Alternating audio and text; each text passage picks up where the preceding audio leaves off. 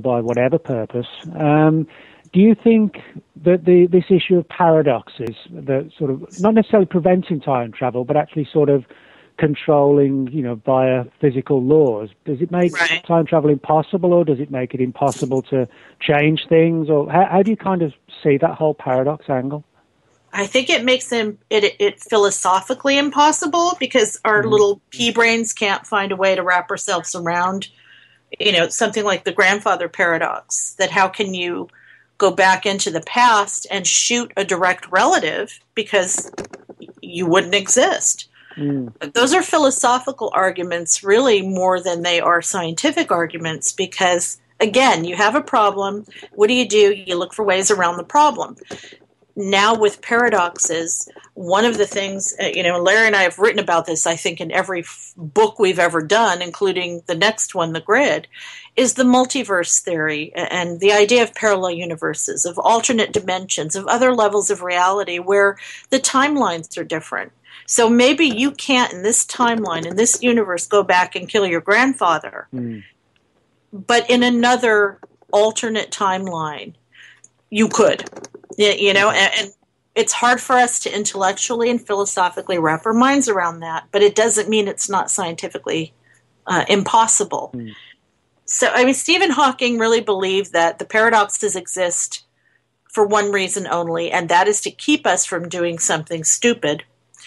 His belief was that there are laws set into the universe, physical laws, that will prevent us from time travel because it just doesn't make sense.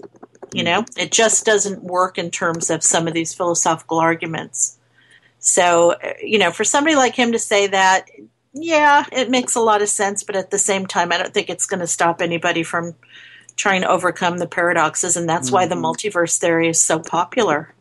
It's like, okay, maybe that's the case here in Universe A, but you've got, a million other universes where anything is possible, even the unimaginable.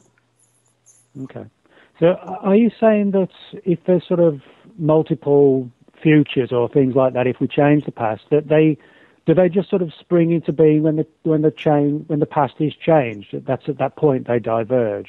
Right. That's the basics of the theory, and I know we're really simplifying here, but the idea is that anytime any kind of choice is made, whether it's on the quantum level or the cosmic level, there is another, who knows how many universes that diverge from that choice to cover all of the other potential choices. So it's like, if I decide to go to my mailbox and get the mail at 2 p.m. tomorrow, as soon as that choice is made, universes will spring forth in which I don't go to the mailbox. I go at 3 p.m. I go at 1 p.m. I don't have a mailbox. It just every other potentiality springs into being. And it's kind of hard to wrap your mind around the rather infinite nature of, it's like, God, every choice we make, there's a million other universes that pop up. There's also the idea of the, that this is happening on a mental level, the many minds theory, that it's happening within us. It's not an external event. And, oh, wow, that gets into a whole other can of worms with how we perceive reality. Is it really something external, or is it all going on in our heads?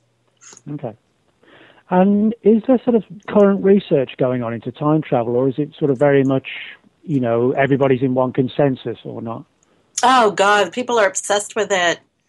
Setting aside all of the conspiracy stuff and the idea that, the government or the powers that be are probably doing their sneaky research, in terms of theoretical physics, I think it's like the holy grail.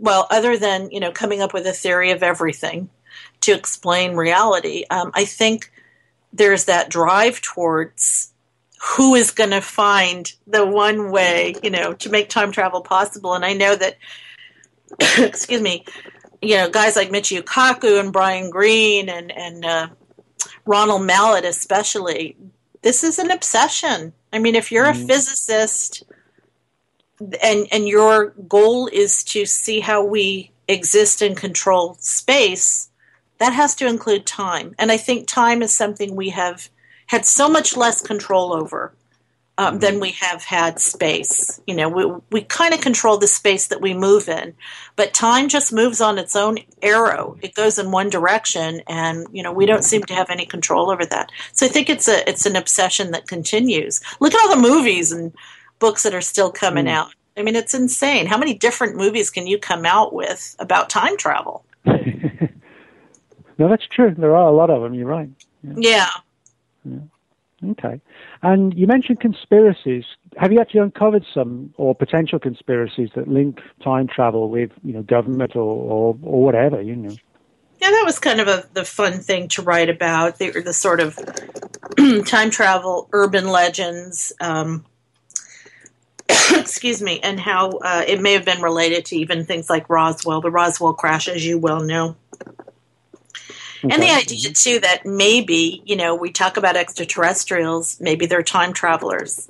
Mm-hmm. And a lot of people don't think in that aspect. They think, well, they're just coming from different parts of the universe, but they may also be coming from different aspects, different points in time. So some of the interesting things that we talked about was, the Charlie Chaplin. Oh, yeah. Mm-hmm. Yeah, I mean, the image of the alleged old woman on a cell phone that was taken from the movie The Circus in 1928, it just literally went viral. Mm. And how everybody's explanation was, it's got to be somebody from the future because she's talking on a cell phone. And, I mean, a lot of people really believe that, although, Larry, just doing a little bit of Googling for 10 minutes, was able to uncover some hearing aid devices that were available at the time that looked that way. I mean, it's just like, why would your first reaction to a picture like that be, yeah, she's a time traveler? And then, John Teeter, the most fascinating time travel urban legend as far as I'm concerned, just some guy that shows up on the internet, back in, I think it was 2000, and starts talking about how he's a time traveler and he's making all these predictions about what's going to happen, sort of prophetic predictions, and also talking about a lot of physics that really were very cutting edge. I know he talked to Art Bell on Coast to Coast, and he actually posted on this website some of the diagrams and pictures of his alleged time travel device that he kept in the back of a car. Yeah, and then there's a number of stories of pictures that were taken where it looked like there was somebody in the picture that wasn't of that time. Mm-hmm. In other words, they may have been dressed in very modern clothing, and the picture was from the 1940s. Yeah, and you get into the more conspiracy-oriented time travel stuff, which, again, Roswell. Were those aliens that crashed here from the future? Were they us? Were they, are many of the stories that we attribute to aliens and UFOs really about time travelers and not just somebody from another neck of the woods in our universe? And then you get into things like the Montauk Project and Philadelphia Experiment, where there were these alleged government or military cover-ups involving time travel research, whether on people or on something like a ship. Can you jump a ship into the future? Can you render it invisible and send it into another timeline? And so that was really kind of fun to write. But because Larry and I come from a very objective, almost skeptical aspect, we always we look at all of this and we say, we can't prove none of it's false. We can't prove any of it's true. But these, these things go viral now more than ever. And I, blame the internet for that. It just doesn't stop. But you really have to question some of the things that people automatically will assume that this person is a time traveler because they're in a picture where they're wearing something that looks like sneakers, and people jump and they make assumptions, and then it becomes an urban legend. So, okay, all right. Well, at this point, Marie, do you want to talk about any sort of upcoming appearances you might have, or workshops and conferences, and also to let the listeners know your website addresses and also how they can get hold of the book? The book is everywhere. Brick and mortar stores, online, everywhere fine books are sold. Our websites, mine is mariedjones.com, and my website with Larry is paraexplorers.com, P-A-R-A, paraexplorers.com. I'm on Facebook, Twitter, LinkedIn, you name it. And there are two big events coming up that Larry and I will be at together, so I'll talk about those. One is Through the Veil, which is a big metaphysical paranormal conference in Atlanta in June.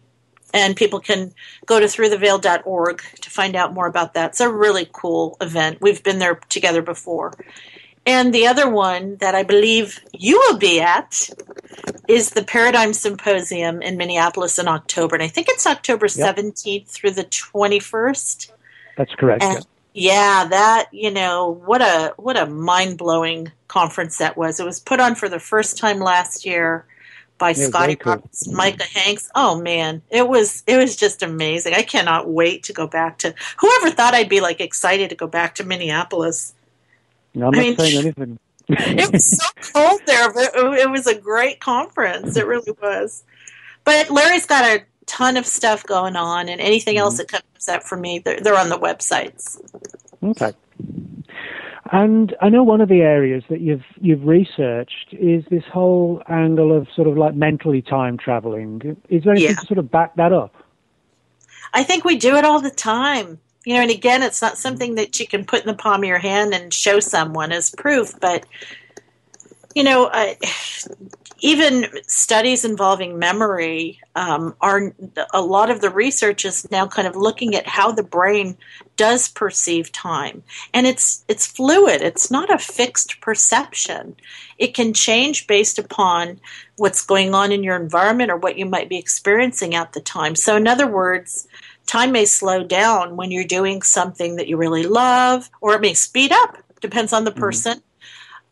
People that are in law enforcement will talk about how in dangerous situations, time comes to a standstill, which is actually a survival mechanism of the brain to give you more time to come up with a way to, get out when somebody's got a gun to your head or what have you. People in war situations out on the battlefield talk as well about time slowing down when they're trying to make very grave decisions about, how to get out of a deadly situation or and then there are other times as a writer, when I'm in that flow of writing and I think only an hour's gone by and I look up at the clock and 3 hours have passed. So mentally, we can mess around with time. We can kind of control it. I think that we time travel with memories. I think we time travel with dreams. I think we time travel with remote viewing. So there seems to be all of those paradoxes that keep us from doing this physically, they don't exist when it comes to consciousness and the mind. Okay. And does deja vu have anything to do with this? Does it have a role in it, do you think? It does. It's really funny, too. What has to do with deja vu, but ever since I wrote that book, I stopped having deja vu. I don't know what that means, but it's really kind of disappointing. But a lot of people who report deja vu also have a sort of time dilation or a time distortion aspect of it. When I had it, which was very often, I didn't. For me, deja vu was a very present moment experience, but you will have people who have a deja vu event and they also get a sensation of either having precognition where they can see something that's going to happen in the future, or they may be in a certain location, locational or geographic deja vu, where you're at a particular place that you've never been to before, and you are thrown back, 2,000 years into the past, and suddenly you're a Roman soldier or something. It's sort of a past life sense. So yeah, deja vu is one of those quote-unquote paranormal experiences that a lot of people have and a lot of people experience.